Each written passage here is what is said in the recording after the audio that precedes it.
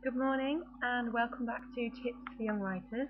I'm responding today to an email from a young lady who wishes to remain anonymous, and she doesn't actually want the details of her email put on YouTube for some reason.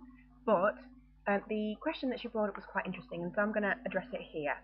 So basically what this young lady said to me was that she was writing a story, she was wanting to get it finished by a certain date, and she was near the end, and she suddenly found that she had no idea what to do next. Now, she had quite a well plotted out story, and she presented that to me, presented her plot and what was supposed to happen. Well, she said that she literally had no idea how her characters would feel about these events. She plotted for them to react a certain way, and now they didn't seem to want to react that way. And what was more, the events themselves seemed small and not quite right. And there's a couple of different ways that I know personally to fix this. The first way is if the events themselves seem okay to you, but you just don't know how your character will react. And the way that you figure it out is by thinking your way into her skin. That's what I call it. Basically, this is where you put yourself in your character's place. But it's not enough to put yourself in your character's place, because hopefully you're not writing characters who are exactly the same as you. So what you need to do is to say to yourself, if I was this character, if I had these thoughts and feelings, if these were my instincts and my beliefs, how would I react in this situation? And it's not easy. It might take a little while for you to get this. You might spend a couple of days wandering around thinking, how would my character react to this cup of coffee? How would my character react to this television program? But after a while it should come to you, and it should help you to know how they will react to the events in the story. The other way that you can go to try and figure out what happens next and how to finish your story is to just suck it and see.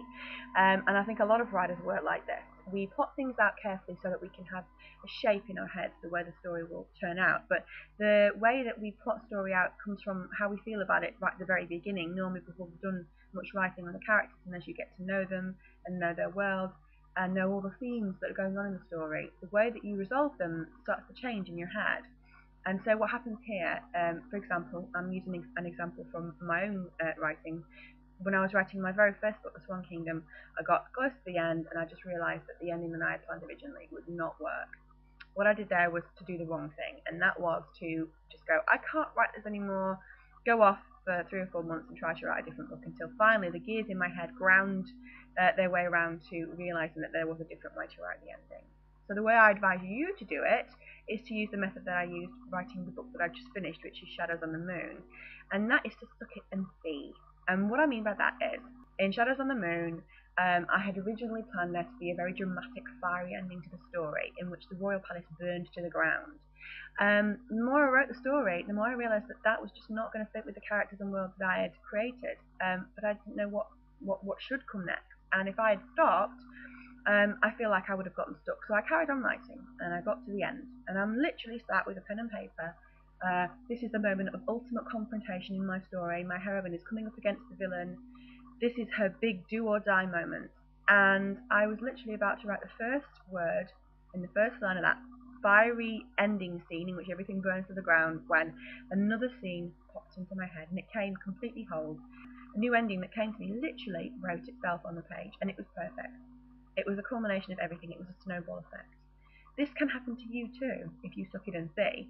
However, what can also happen is that you will not get a perfect ending pop into your head, because the world isn't always that kind. Sometimes you'll write an ending and it'll suck. But everything about it that sucks, all the bits that make you cringe, the characters' actions that don't seem to fit, the events that don't work, each of those things will tell you what will work. You need to look at it very carefully, and then you need to throw it in the bin. Even if it's 10 pages, heartbreaking as it is, it needs to go in the bin, and then you'll write a new ending, and that will help you.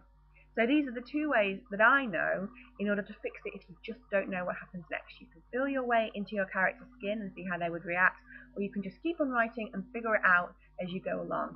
I hope this information has been useful. If you'd like to ask me a question about writing, you can email me here on YouTube or at my website at www.zoemarriott.com.